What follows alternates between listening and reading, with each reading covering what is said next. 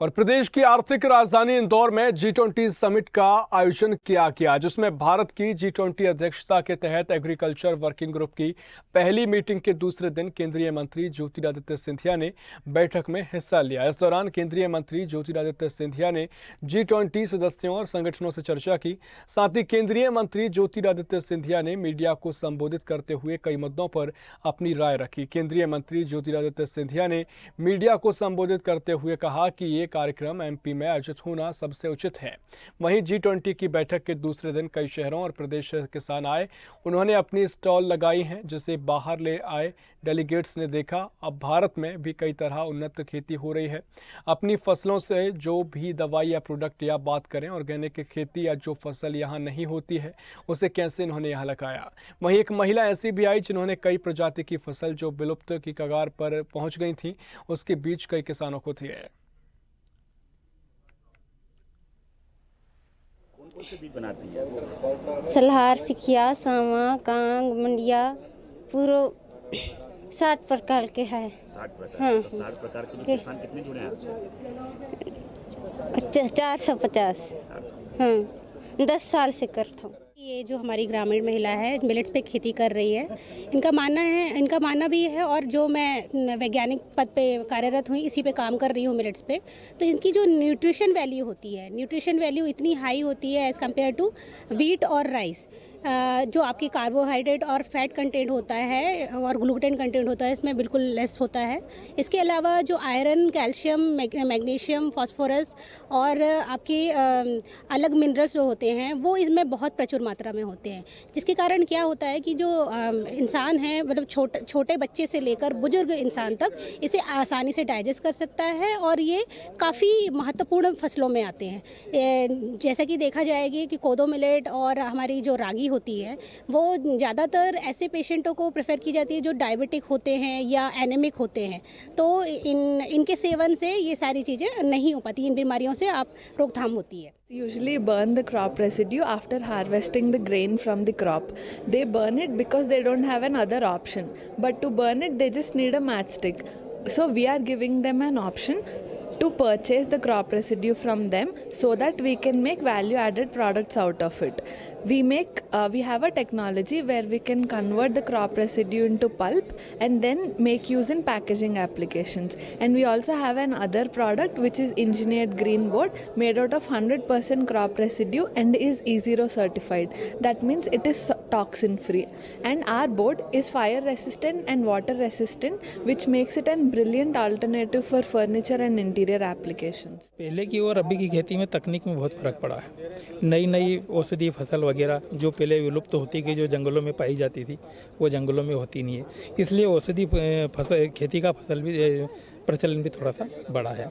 तो यहाँ इंदौर ज़िले के आसपास के 15, 20, 25 किसानों ने औषधि फसल पिछले 2 साल से लगाना चालू की है।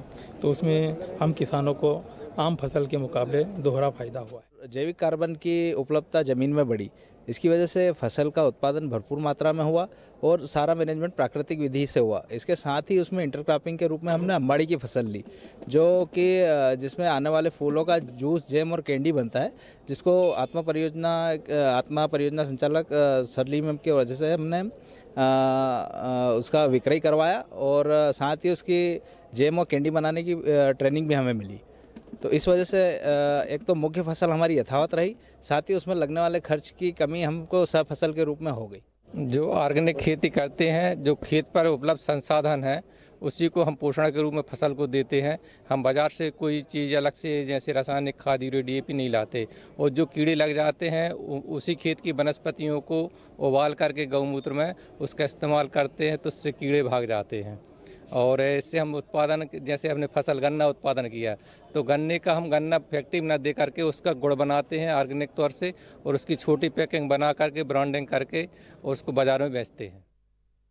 सबसे स्वच्छ शहर इंदौर, मध्य प्रदेश का दिल, जहां बता दें कि G20 का जो कार्यक्रम हो रहा है उसके चलते यहाँ पर बता दूँ काफ़ी देशों से मेज़बान आए हैं, ये देखने के लिए आए हैं कि किस तरीके से कृषि यहाँ पर होती है और कृषि के किस तरीके से लाभ होते हैं। इस बार की अगर बात कर लें तो यह मध्य प्रदेश के अंदर बड़ा गौरव की बात है मध्य प्रदेश के लिए, और मध्य प्रदेश में होने जा रहा है, जिसके चलते बता दूँ ये 3 दिवसीय कार्यक्रम है। आज दूसरा दिन का जो कार्यक्रम है उसमें बता दूँ कि यहाँ ज्योतिराज सिंधिया पहुँचे थे, जो केंद्रीय मंत्री हैं, उन्होंने भी यहाँ डेलीगेट्स से बात की। और बता दूँ जिस तरीके से हम यहाँ पे आप मेरे पीछे देख रहे होंगे किस तरीके से जो प्रदर्शनी की बात कर लें, मध्य प्रदेश के जो किसान हैं उनकी जो प्रदर्शनी की बात कर लें, उन्हें प्रदर्शनियाँ लगाई है, और जिस तरीके से किस तरीके से कौन सी खेती होती है और किस खेती से कौन सा लाभ होता है और किस लाभ के जरिए बता दूं यहाँ पे अब जो खेती की बात कर ले तो खेती में काफ़ी बदलाव आ चुके हैं, उसके को लेकर हम आपको दिखा रहे हैं, जिससे स्टॉल्स लगे हुए हैं। स्टॉल्स में आप देख सकते हैं मेरे पीछे